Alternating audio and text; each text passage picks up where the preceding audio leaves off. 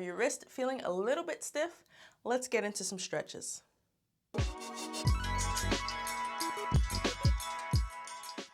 Dr. Marcia of Move with Marcia, and stiff wrists are no fun.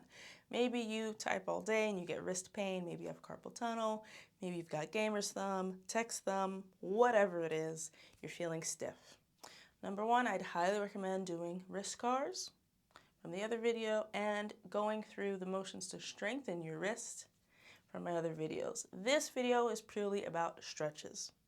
And always keep in mind that stretching is great, but it's one piece of a puzzle for most of us. Different body parts have different needs. Some things need to be lengthened, some things need to be strengthened. So work a little bit in that wrist and fingers playlist that I have on this channel and see what you need. So let's get into it. Now, I'm not really in the mood to get on the floor. This could be on hands and knees or how I'm showing it to you. If I put my palm down and fingers facing that way, I'm already getting into a little bit of a stretch of the wrist flexors if I'm really tight. So if this enough is a stretch for you, then you can hang out here. If you want a little more, then you turn it so that your fingers are facing you. That will deepen the stretch. If you still want more, you shift your weight back. You do the same shift if you're on your knees, and you get even more. So that is the way to stretch the wrist flexors with the hands down.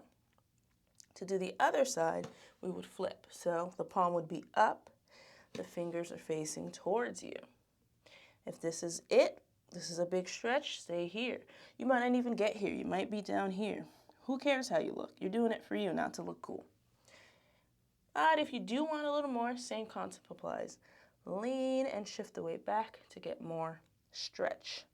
Now we are stretching the wrist extensors.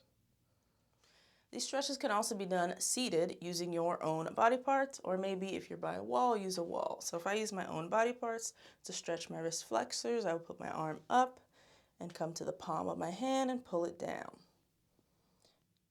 So I could do the same concepts that I did while I was standing with my hands down and do it against the wall, right? I could do this way and I can do this way and stretch it.